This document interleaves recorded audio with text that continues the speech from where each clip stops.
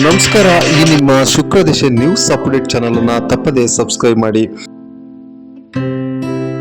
ಜಗಳೂರು ಪಟ್ಟಣದ ತಾಲೂಕ್ ಪಂಚಾಯಿತಿ ಸಭಾಂಗಣದಲ್ಲಿ ಇದೇ ನವೆಂಬರ್ 11ರಂದು ವೀರ ವನಿತೆ ವನಿಕೆ ಹೋಗುವ ಜಯಂತಿಯನ್ನ ಆಚರಣೆ ಮಾಡಲಾಗುವುದು ಎಂದು ತಹಸೀಲ್ದಾರ್ ಸೈಯದ್ ಕಲಿಮುಲ್ಲಾ ಅವರು ಪಟ್ಟಣದ ತಾಲೂಕ್ ಕಚೇರಿಯಲ್ಲಿ ನಡೆದ ಪೂರ್ವಭಾವಿ ಸಭೆಯಲ್ಲಿ ಕರೆ ನೀಡಿದ್ದಾರೆ.